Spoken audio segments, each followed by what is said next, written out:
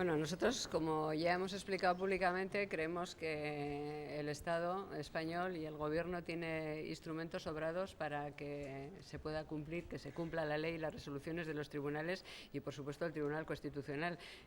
Nos sobran leyes, lo que ha faltado siempre con este Gobierno y con los anteriores ha sido voluntad política para que se cumplieran. Por tanto, no nos parece que haya que reformar la ley orgánica del Tribunal Constitucional para que se cumplan las resoluciones de ese órgano. El Tribunal Constitucional tiene a su disposición, porque así lo establece la norma, a todos los tribunales de justicia, puede instar su cumplimiento, el Gobierno puede instar al Fiscal General del Estado, puede hacerlo, de hecho a veces incluso lo hace.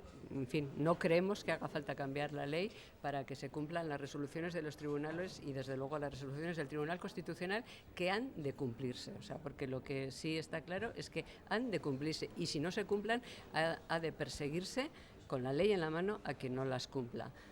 Eso es lo que pensamos. Sobre la política de asilo a refugiados, que el Gobierno ha dicho que hay que hablar con Hacienda, luego ha dicho que no habrá límite. ¿Qué le parece la posición del Gobierno? Bueno, me parece que el Gobierno de España lo que tiene que hacer en esta materia es cumplir las resoluciones de la Unión Europea como mínimo. Es decir, que se trata de actuar para acabar con una situación que es, en términos democráticos y en términos de defensa de derechos humanos, insostenible. No puede haber límites a lo que es la defensa de los derechos humanos y la protección de los derechos humanos. Por tanto, esa posición a veces contradictoria, por ejemplo, del ministro de Interior, que dice hay que ser solidarios, pero esto tiene un límite.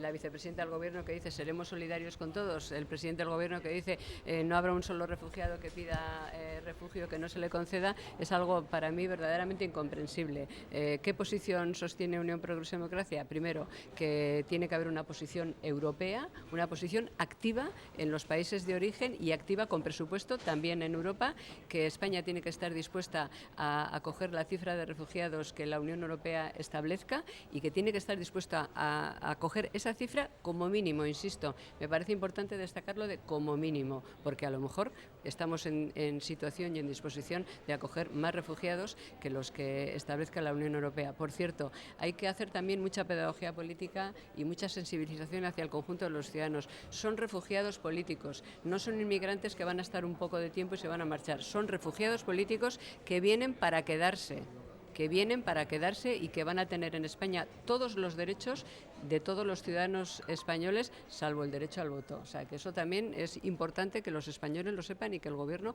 haga esa pedagogía, que todos contribuyamos a hacerla, porque tenemos que acogerles y tenemos que ser capaces de convertirles de facto en conciudadanos nuestros y no en personas que vienen a unos guetos que se establece para ellos, para estar ahí temporalmente. No, vienen para ser conciudadanos nuestros y para quedarse. ¿Estaría UPyD a favor de una intervención en Siria?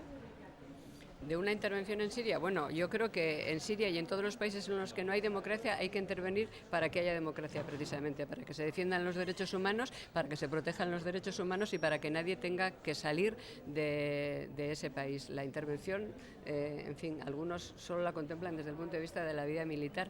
La intervención en los países en los que no hay democracia, antes de la vía militar, tiene otras muchas posibilidades. Lo que se requiere también en este caso es voluntad política de hacerlo, y yo creo que todavía esa voluntad política no se vislumbra con suficiente fuerza en Europa, que no tiene ni siquiera una autoridad política capaz de actuar, y desde luego no se vislumbra con suficiente fuerza a nivel internacional. Europa se construyó, cabe recordárselo a los más jóvenes, entre otras cosas, para promover la democracia en el mundo, y eso es algo que no estamos haciendo. Eso requiere voluntad política y requiere recursos económicos, y en fin, no solo es en Siria, es en todos los países en los que no hay democracia. Por cierto, y aunque no sea lo que me han preguntado, cuando hay que defender los derechos humanos en el mundo hay que defenderlos siempre, incluso con socios comerciales que nos pueden parecer muy interesantes. A mí me parece, a nuestro grupo parlamentario le parece absolutamente vergonzosa la posición del ministro Margallo y por tanto de nuestro Gobierno en Irán.